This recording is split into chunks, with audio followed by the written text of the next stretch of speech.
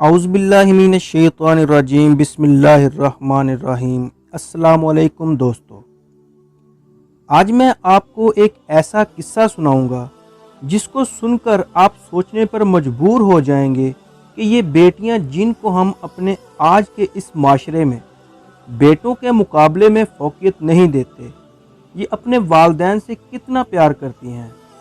आप तमाम नाजरीन इस बात को भी मानेंगे कि आज के दौर में बेटे कहीं ना कहीं अपने वालिदैन की नाफरमानी करते हैं, अपने वालिदैन को बुरा भला कहते हैं, मगर कभी बेटी के मुंह से अपने वालिदैन के बारे में कोई नाज़ेबा अल्फाज नहीं सुने होंगे।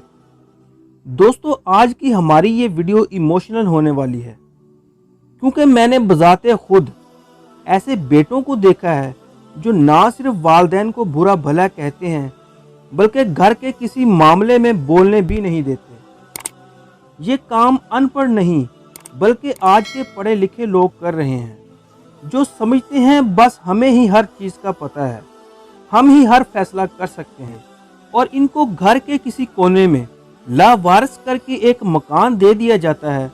वालिदैन तो वालिदैन हैं, सब कुछ बर्दाश्त कर लेते हैं ताकि इनकी औलाद सुकून से रह सके।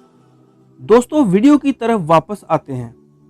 कहते हैं कि किसी गांव में एक बूढ़ा बाप इंतकाल कर गया। जब इसकी मैयत को उठाकर कब्रिस्तान जाने लगे तो अचानक से एक आदमी जनाजे के आगे आ गया और कहने लगा कि मैंने इस आदमी से 15 लाख रुपए लेने हैं, जब तक मुझे 15 लाख नहीं मिल जाते मैं जनाजा नहीं जाने दूंगा। नाजरीन, सब लोग खड़े तमाशा देख रहे थे।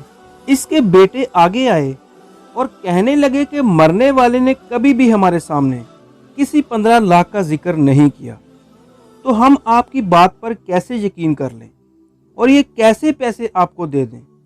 मरने वाले के भाई भी मौजूद थे। भाइयों ने कहा, जबकि इसके बेटे जुम्मेदार नहीं बन रहे तो हम कैसे जुम्मेदार बन सकते हैं और हम ये कैसे पैसे दे सकते हैं। सब लोग देख रहे हैं और इस आदमी ने चारपाई पकड़ी हुई है। नाजरीन, काफी देर गुजरने के बाद आखिरकार बात घर की औरतों तक जा पहुंची। इस मरने वाले की एक ही बेटी थी।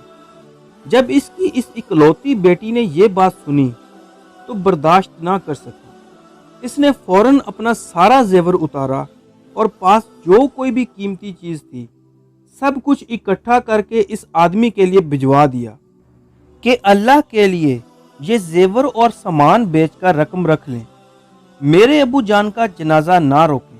मैं वादा करती हूँ मैं आहिस्ता आहिस्ता आपका सारा कर्जा उतार दूंगी, जल्द ही बाकी तमाम रकम का बंदोबस्त करके आपको दे दूंगी।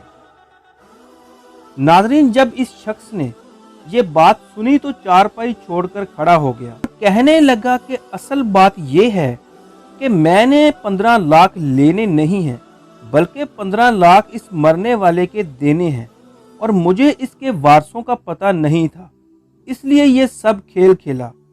अब मैं जान गया हूँ इस मरने वाले का असल वारिस कौन है।